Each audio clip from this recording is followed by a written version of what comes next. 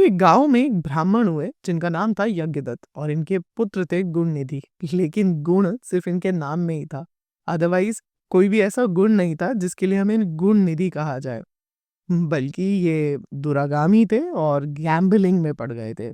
Earlier stage में तो ये पता नहीं चला ब्राह्मण को, लेकिन एक समय में जब ब्राह्मण को पता चला कि उनका पुत्र गुणनिधि दुराचारी हो गया है और गैम्बलिंग में पड़ गया है, तो he straight away send him out of the home. उन्होंने उसे घर से निकाल दिया, धन संपत्ति से निष्कासित कर दिया।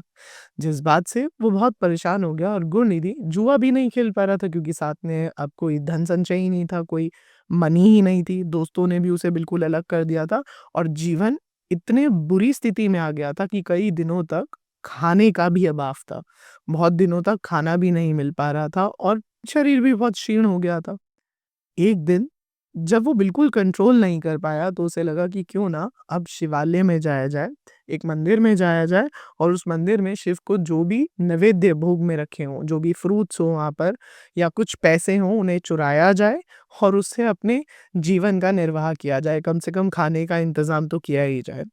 तो जब वो रात के अंधेरे में मंदिर में घुसता है तो देखता है वहाँ रोशनी नहीं होती, तो वो क्या करता है, अपने अंग का ऊपर का वस्त्र निकालता है और उसको अग्नि से प्रज्वलित कर देता है और उस वस्त्र की अग्नि से पूरे देवालय में रोशनी हो जाती है। शिव ने इसे बहुत बड़ा गुण माना, इसको दीपदान जैसा महत्व समझा, क्योंकि उसके पास सिर्फ वही था और उसने वह भी अर्पित कर दिया। क्योंकि उसने अपनी अंतिम वस्तु भी अर्पित कर दी शिव को, तो शिव ने उसे बहुत ही दीपदान जैसा महत्व समझा।